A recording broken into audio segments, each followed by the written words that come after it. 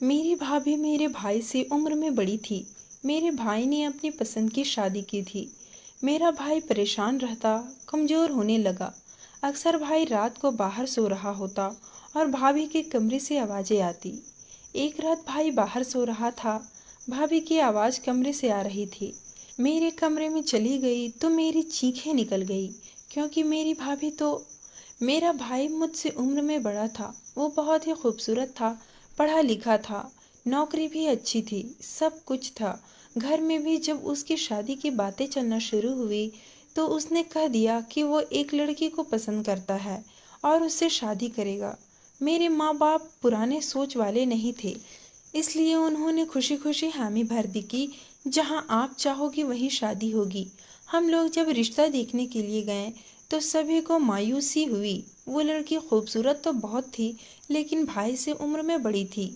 माँ बाप ने बहुत कोशिश की कि भाई को समझा सके कि बड़ी उम्र वाली लड़की से शादी करना ठीक नहीं है, लेकिन भाई की एक ही जिद थी कि वो शादी करेंगे तो इसी लड़की से करेंगे, नहीं तो वो शादी ही नहीं करेंगे। जिससे तंग आकर आखिर हम लोग रिश्ता लेकर चले गए।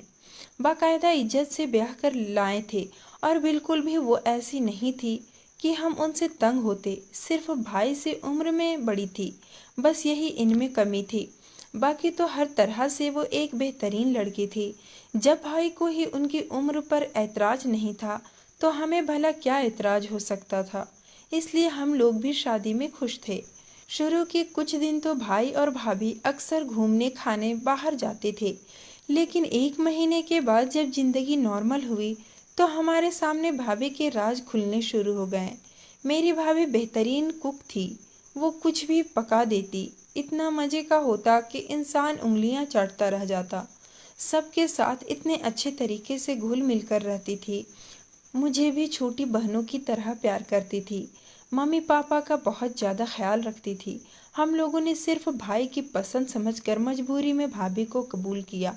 अब आहिस्ता आहिस्ता दिल से कबूल करने लगे थे, क्योंकि भाभी खूबसूरत होने के साथ साथ समझदार और तौर तरीके वाली भी थी। इसके अलावा हमें और क्या चाहिए था। ऐसे ही बहू सबको चाहिए होती है। वो चेहरे से बिल्कुल भी उम्र की बड़ी नहीं लगती थी, इसलिए अक्सर लोग ये बात नहीं जानते थे। जिंदगी बहुत अच्छी गुजर रही थी। मेरी भाभी मेरा बहुत ख्याल रखती थी। मेरी उनसे बहुत अच्छी दोस्ती भी हो गई थी, क्योंकि मैं अभी कॉलेज में पढ़ती थी। इसलिए मेरे पास तो कम ही वक्त होता था, लेकिन जो भी वक्त होता मैं ज़्यादातर अपनी भाभी के साथ गुजारती। वो भी मेरी छोटी छोटी बातों को भी गौर से सुनती, और कभी भी इन्होंने मुझे आम तौर पर भाभीियों की तरह तंग नहीं किया था। लेकिन पिछले दिनों से मैं देख रही थी कि मेरा भाई कुछ परेशान परेशान रहने लगा था। जो खुशी शादी के शुरू के दिनों में उसके चेहरे पर नज़र आती थी, वो खुशियाँ भाई के चेहरे पर नज़र नहीं आती थी। वो सबसे ही कुछ खींचा खींचा सा रहता, हर वक्त किसी सोच में डूबा रहता। मैंने अपने भाई से एक दो बार पूछने की कोशिश की, क्योंकि मेरी अपने भाई से बहुत दोस्ती थी, इसलिए कोई बात होती तो वो मुझसे शेयर कर देता था। लेकिन अब वो परेशान नज़र आ रहा था, अपनी कोई बात भी शेयर नहीं कर रहा था। लेकिन भाभी इसी तरह खुश और बेफिक्र रहा करती थी। मुझे हैरानी होती कि जब पति इतना परेशान है तो बीवी कैसे खुश रह सकती है। फिर कभी खुद ही अंदाजा लगाती कि शायद भाई बिजनेस को लेकर परेशान है। कभी क्या सोचती तो कभी क्या, क्योंकि भाई तो किसी भी बात का ठीक से जवाब नहीं देते थे और कहते तुम अपनी पढ़ाई पर ध्यान दो। मैं बिल्कुल भी परेशान नहीं हूँ, तुम वैसे ही मेरे बारे में सोच सोच कर अपनी पढ़ाई खराब करोगी। उनको क्या बताती कि मैं तो उनको देखकर परेशान हूँ, बेचैन हुई हूँ। लेकिन उनकी परेशानी को भी माँ बाप ने किसी हद तक नोट कर लिया था। मेरे भाई किसी को भी कुछ नहीं बताते थे, क्योंकि मेरी अपनी भाभी से भी बहुत अच्छी दोस्ती थी। इसलिए मैंने भाभी से कहा, आप ये बताइए भाई को क्या परेशानी है जो उनके चेहरे से भी जाहिर होती है। वो किसी को कुछ भी नहीं बताते। भाभी ने कहा, मुझे भी कुछ नहीं बता रहे, क्योंकि कई बार मैं कोशिश कर चुकी हूँ उनसे पूछूं, लेकिन वो मुझे कुछ नहीं बता रहे। भाई की परेशानी की वजह से हम लोग अभी कुछ परेशान थे कि दिन ब दिन भाई कमज़ोर होना शुरू हो गए। वो शादी के पहले वाले भाई तो जैसे गुम हो गए थे। अब तो ऑफिस के बाद सबके साथ बैठकर खाना खाते और खामोशी से एक कमरे में जाकर लेट जाते। पहले की तरह ना ही सबके साथ बैठते हंसते मजाक करते, ना ही पहले की तरह पापा के साथ बैठकर बिजनेस डिस्कस किया करते। भाई की सेहत दिन ब दिन गिरती जा रही थी। भाई की गिरती सेहत में सारे घर वालों को परेशान कर दिया था। अब पापा ने तो भाई से जिद शुरू कर दी थी। कहा कि मैं तुम्हें डॉक्टर को दिखला कर लाता हूँ। लेकिन भाई ना ही डॉक्टर के पास जाते, ना ही अपनी परेशानी की वजह बताते। लेकिन इन सब में जो इंसान बहुत खुश और बेफिक्र था वो थी मेरी भाभी। हालांकि सबसे ज्यादा परेशान तो उन्हीं को होना चाहिए था, लेकिन वो तो परेशान क्या होती, परेशानी का नाटक तक नहीं करती थी। दिन ब दिन निखरती जा रही थी और खुश और बेफिक्र रहती थी। जैसे जैसे भाई की सेहत जवाब दे रही थी, भाभी की सेहत बेहतर होती जा रही थी। भाई को लेकर बाकी सबसे ज्यादा मेरे दिमाग में परेशानियां और फिक्र थी, क्योंकि हम दोनों बहन भाई थे और भाई की इतनी अच्छी जगह शादी हो गई थी। भाई अपनी जिंदगी में काफी स्टेबल थे, तो ये अचानक से क्या हुआ, इस बात की फिक्र तो मुझे होनी चाहिए थी। इसलिए मैं भाई के हालात को लेकर परेशान रहती थी। मेरे माँ बाप भी तो परेशान होंगे, लेकिन वो हम पर जाहिर नहीं होने देते थे। भाई की हालात दिन ब दिन बिगड़ती जा रही थी। मेरे पेपर्स होने वाले थे, इसलिए मैं देर रात तक पढ़ती रहती थी। एक दिन रात को पढ़ते हुए मुझे भूख महसूस हुई। मैं अपने कमरे से बाहर आई। मैंने देखा भाई सोफे पर सो रहे थे। मुझे बड़ी हैरानी हुई थी कि वह यहाँ क्या कर रहे हैं, अपने कमरे में क्यों नहीं सो रहे। लेकिन मैं फिर ये सोचकर खामोश हो गई कि शायद तबीयत की वजह से भाई बाहर सो रहे हैं, क्योंकि इंसान की तबीयत खराब हो तो उसे बंद कमरे में घुटन होने लगती है। उस वक्त ना मैंने भाई को जगाया, ना ही इस बात को इतना सीरियस लिया। वापस अपने कमरे में चली गई। लेकिन अब मैं रोजाना ही रात में देर तक जागती थी, इसलिए मुझे अक्सर ही भाई बाहर सोफे पर या बाहर सहन में सोए हुए नजर आते थे। लेकिन मैं इस बात का जिक्र ना ही अपने माँ बाप से करती, ना ही किसी और से, क्योंकि मैं नहीं चाहती थी कि भाई के बारे में मैं यह जानकर मेरे माँ बाप ज़्यादा परेशान हो, क्योंकि पहले ही वो भाई की गिरती सेहत से परेशान थे। मेरा और भाई का कमरा बिल्कुल साथ साथ था, इसलिए मुझे अक्सर ही आवाज़ आया करती थी। ये मेरे लिए नॉर्मल बात थी, क्योंकि जब दो लोग कमरे में हो तो वो बात करते, लेकिन कभी कभार तो ऐसा होता कि मुझे उनके कमरे से बातों की आवाज़ें आती। लेकिन जब मैं उठकर बाहर जाती तो भाई मुझे बाहर सोए हुए नजर आते। मैंने खुद से ही मान लिया था कि भाई जाग रहे होते हैं, इसलिए वो दोनों बातें कर रहे होते हैं। या अगर भाई उठकर बाहर आते हैं तो भाभी शायद इसका कारण पूछती होगी, इसलिए दोनों की बातों की आवाज़ आती है। ये बातें अक्सर मैं खुद ही मान लिया करती थी। लेकिन एक दिन ऐसा हुआ कि मैं अपने कमरे में पढ़ रही थी, साथ साथ भाई और भाभी के कमरे से आवाज़ें आ रही थी।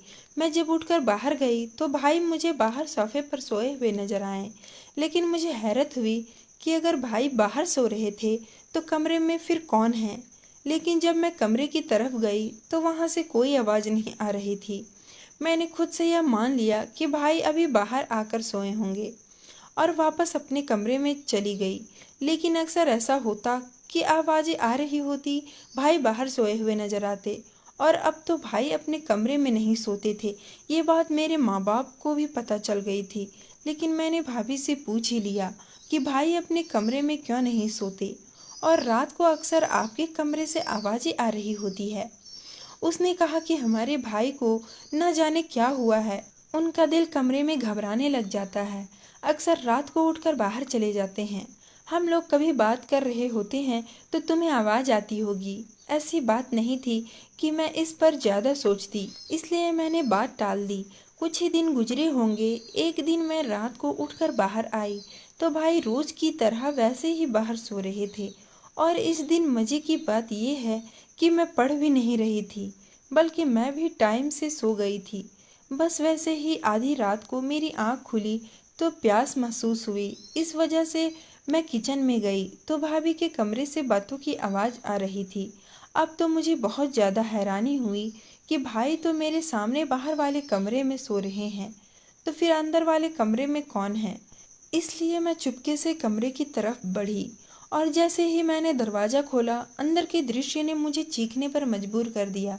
लेकिन मैंने बड़ी मुश्किल से मुंह पर हाथ रखकर अपनी चीख को कंट्रोल कर लिया और उल्टे कदमों वापस अपने कमरे की तरफ पलट गई। मैंने सोच लिया कि ये बात मैं अपनी माँ को बता दूंगी, क्योंकि इनके अलावा मैं किसी को नहीं बता सकती। लेकिन उससे अगले दिन मेरा बहुत ज़रूरी टेस्ट था। मैं जल्दी कॉलेज चली गई। वापस आई तो मालूम हुआ कि भाई की तबीयत बहुत ख़राब हो गई है। उन्हें अस्पताल ले गए हैं, इसलिए वो बात मेरे ध्यान से उतर गई। भाई 2 दिन भर्ती रहने के बाद घर वापस आ गए। डॉक्टर ने बताया कि उन्हें खून की बहुत ज़्यादा कमी हो चुकी है। मैं ये बात किसी को नहीं बता सकती थी कि भाई को खून की कमी हो गई है, क्योंकि मैं ये राज जान गई थी। अगर किसी को इसकी भनक भी पड़ जाती तो भाई वाली हालात मेरी भी होती। मेरी माँ ब्लड प्रेशर की मरीज थी, इसलिए उनको कुछ नहीं बता सकती थी। भाई तो पहले ही इस हालात में था कि उसको कुछ कहना ना कहना बराबर था, क्योंकि वो सब जानता था और पापा से कुछ ऐसा कहना मेरे लिए मुमकिन नहीं था। इसलिए मैंने अपनी जुबान पर कर्फ्यू लगा लिया। आखिर मैं इंसान हूँ, कोई भगवान तो नहीं हूँ। इसलिए मेरा रवैया अपनी भाभी के साथ बदलना शुरू हो गया। अब मैं उनसे कतराने लगी, लेकिन उन्हें तो शायद किसी की परवाह भी नहीं थी। वो वैसे भी हंसती खेलती, सारे घर में घूमती फिरती, सबका ख्याल रखती। इससे पहले तो मैंने भी कभी इन मामलों पर गौर नहीं किया था, लेकिन जब से मैं उनके हरकतों पर नज़र रखना शुरू कर दी, मेरी भाभी अपने कमरे में किसी को जाने नहीं देती थी। वैसे भी किसी को क्या काम कि उनके कमरे में जाए। कमरे की सफाई वो खुद किया करती। भाई बाहर बैठकर सबसे बात कर लिया करता, वो बाहर ही सोया होता था, इसलिए उनके कमरे में जाना तो मुमकिन ही नहीं था। लेकिन फिर भी जब भाभी कमरे से बाहर आती तो कमरे का दरवाज़ा बंद करके आती, और अगर अंदर होती तो भी उनके कमरे का दरवाज़ा बंद होता। इससे पहले मैंने गौर ही नहीं किया, लेकिन अब मैं कोशिश करती कि उनकी गैर मौजूदगी में एक बार उनके कमरे में घूम आऊं, ताकि मेरे पास कोई सबूत हो। लेकिन शायद मेरी भाभी को भी मेरे इस ख्वाहिश का शक हो गया था या भनक पड़ गई थी, क्योंकि मैं जब भी उनके कमरे के इर्द गिर्द भी होती तो ना जाने भाभी की नज़र मुझ पर कैसे पड़ जाती। वो चील की तरह मेरे तक पहुंच जाती। बस कोई बहाना नहीं रहता था कि मैं उनके कमरे में जाऊं, और जब वो कमरे के अंदर होती है रात को तो ये सवाल ही नहीं पैदा होता था कि मैं उनके कमरे में जाऊं। बस मेरे पास दिन का वक्त हुआ करता था। लेकिन मेरी भाभी तो अपने मायके भी नहीं जाया करती थी कि उनकी गैर मौजूदगी में ही उनके कमरे को देख लूं, जबकि ऐसा होना नामुमकिन था। आहिस्ता आहिस्ता अब भाई की सेहत ठीक होना शुरू हो गई। उनकी सेहत जो दिन ब दिन गिर रही थी, वह दोबारा से अपनी पोजीशन पर आने लगी, और भाई फिर से मेरे पुराने वाले भाई बनते जा रहे थे। लेकिन उनके बाहर सोने वाली आदत अभी भी ख़त्म नहीं हुई थी। वो अब भी अक्सर बाहर ही सोए होते थे। आखिर एक दिन मेरी भाभी की माँ बीमार थी। वो अपनी माँ को देखने के लिए गई तो मुझे उनका कमरा देखने का मौका मिल गया। उसे अच्छी तरह देखने के लिए मैंने बाकायदा कॉलेज से छुट्टी ली और घर के कामों को ख़त्म करने के बाद सफाई के बहाने भाभी के कमरे में चली गई, क्योंकि माँ बाप को मैं इस बात की हवा भी नहीं लगने दे सकती थी। जो कुछ मैं इस कमरे में देख चुकी थी, उसके बाद मैं बिल्कुल भी नहीं चाहती थी कि मेरे माँ बाप को जरा भी किसी किस्म का शक हो। इसलिए मैं भाभी के कमरे में सफाई के लिए गई।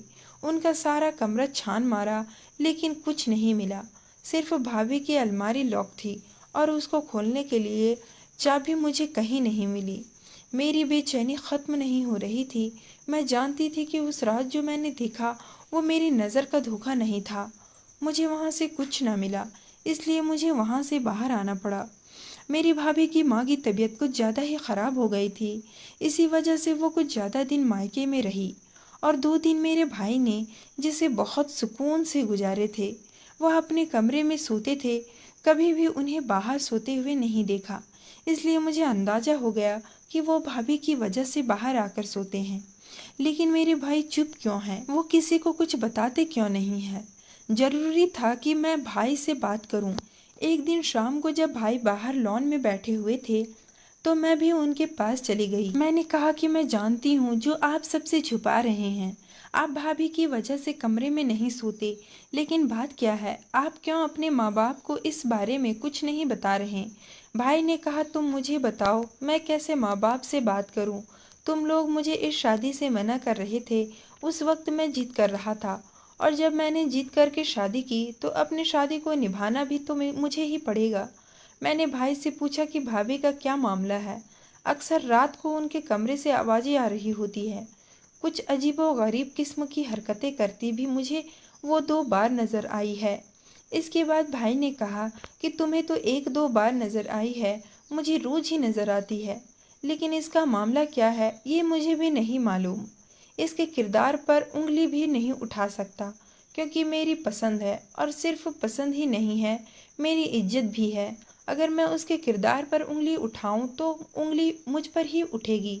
जहाँ तक बात है बाहर सोने की, तो रात को मुझे कुछ होश नहीं रहता कि मैं कहाँ हूँ। सुबह उठता हूँ तो मैं सोफे पर सो रहा होता हूँ। मुझे नहीं पता कि क्या होता है, वो ये सब कुछ क्यों करती है। मुझे तो ये भी नहीं पता कि मैं बाहर आकर सोता कैसे हूँ। मैंने भाई से कहा कि हम दोनों को मिलकर इस बात का पता लगाना होगा। भाई ने कहा कि आगे से वो भी कोशिश करेंगे कि बेहोशी वाली नींद ना सोए, तभी वो कुछ कर सकते हैं उनके बारे में। लेकिन उससे अगले रात जब भाभी मायके से वापस आई तो रात को मैंने बड़ी कोशिश की कि मुझे नींद न आए, लेकिन रोज की तरह मुझे नींद आ गई। जब मेरी आंख खुली तो भाई के कमरे से आवाज़ें आ रही थी। भाई बाहर सोफे पर ही सो रहे थे। मैंने भाई के कमरे का दरवाज़ा खोलने की कोशिश की तो कमरे का दरवाज़ा ना खुला, क्योंकि वो अंदर से लॉक था। मैंने दरवाज़ा बजाया, लेकिन इस डर से कि कहीं आवाज़ मेरे माँ बाप के कमरे तक ना पहुँच जाए या कोई जाग न जाए, मैंने हल्का सा बजाया, लेकिन उन्होंने दरवाज़ा भी नहीं खोला। भाई तो बिल्कुल जाग ही नहीं रहे थे, इसलिए मुझे अपने कमरे में जाना पड़ा। दूसरी सुबह हमेशा की तरह ही थी। भाई उठे तो उन्हें कुछ भी याद नहीं था उनको कौन बाहर लेकर आया, और भाभी बिल्कुल नॉर्मल थी। जब मैंने इससे कहा कि रात को मैंने आपके कमरे का दरवाज़ा बजाया, तो उन्होंने कहा कि उन्हें तो कुछ पता ही नहीं है, वो तो सो रही थी।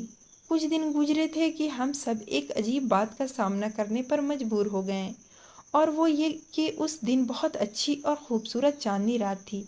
बाहर का मौसम होने की वजह से पूरा चांद बहुत खूबसूरत लग रहा था। रोज़ की तरह जब हम लोग सोने गए तो थोड़ी देर बाद भाभी के कमरे से इतनी ऊंची आवाज़ें आना शुरू हो गई कि मेरे साथ अब माँ बाप भी जाग गए।